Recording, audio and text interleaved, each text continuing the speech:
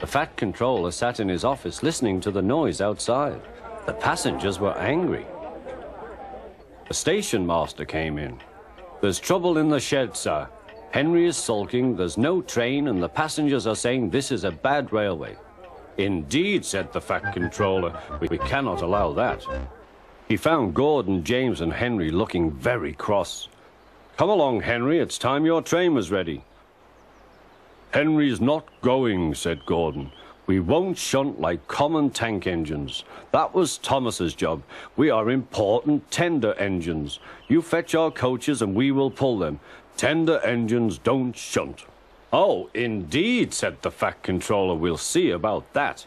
Engines on my railway do as they are told." And he hurried away to find Edward.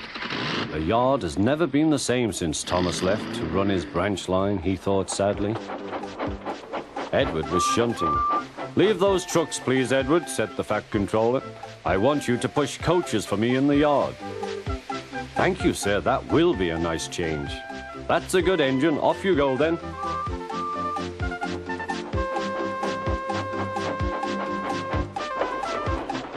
So Edward found coaches for the 3 engines, and that day the trains ran as usual.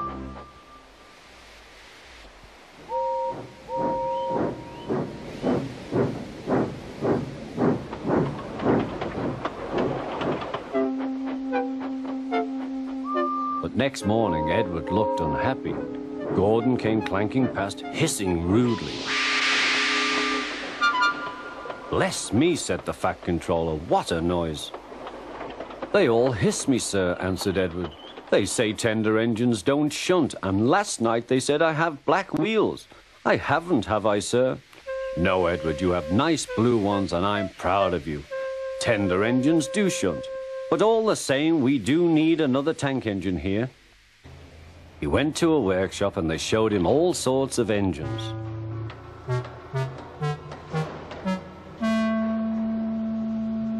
At last he saw a smart little green engine with 4 wheels.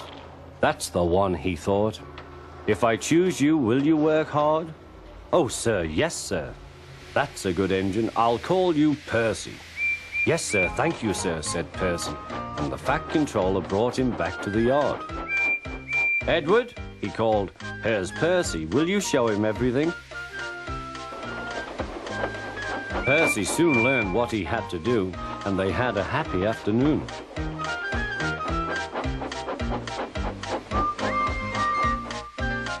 Then Henry came by, hissing as usual. "Shee!" went Percy. Henry jumped and ran back to the shed. "How beautifully you wheeshed him," laughed Edward. "I can't wheesh like that." "Oh," said Percy, "that's nothing. You should hear them in the workshop. You have to wheesh loudly to make yourself heard." Next morning, Thomas arrived. "The fat controller sent for me. I expect he wants help," he said to Edward.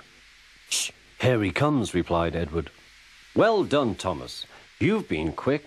Listen, Henry, Gordon, and James are sulking. They say they won't shunt like common tank engines. So I have shut them up, and I want you both to run the line for a while." "Common tank engines, indeed," snorted Thomas. "We'll show them." "And Percy will help too." "Oh, sir, yes, sir. Please, sir," answered Percy. Edward and Thomas worked the main line, greeting each other as they passed by. Percy puffed along the branch line. Thomas was anxious about Annie and Clarabelle, but both driver and guard promised to take care of them. There were fewer trains, but the passengers didn't mind. They knew the 3 other engines were having a lesson. Gordon, James, and Henry were cold, lonely, and miserable. They wished now they hadn't been so silly.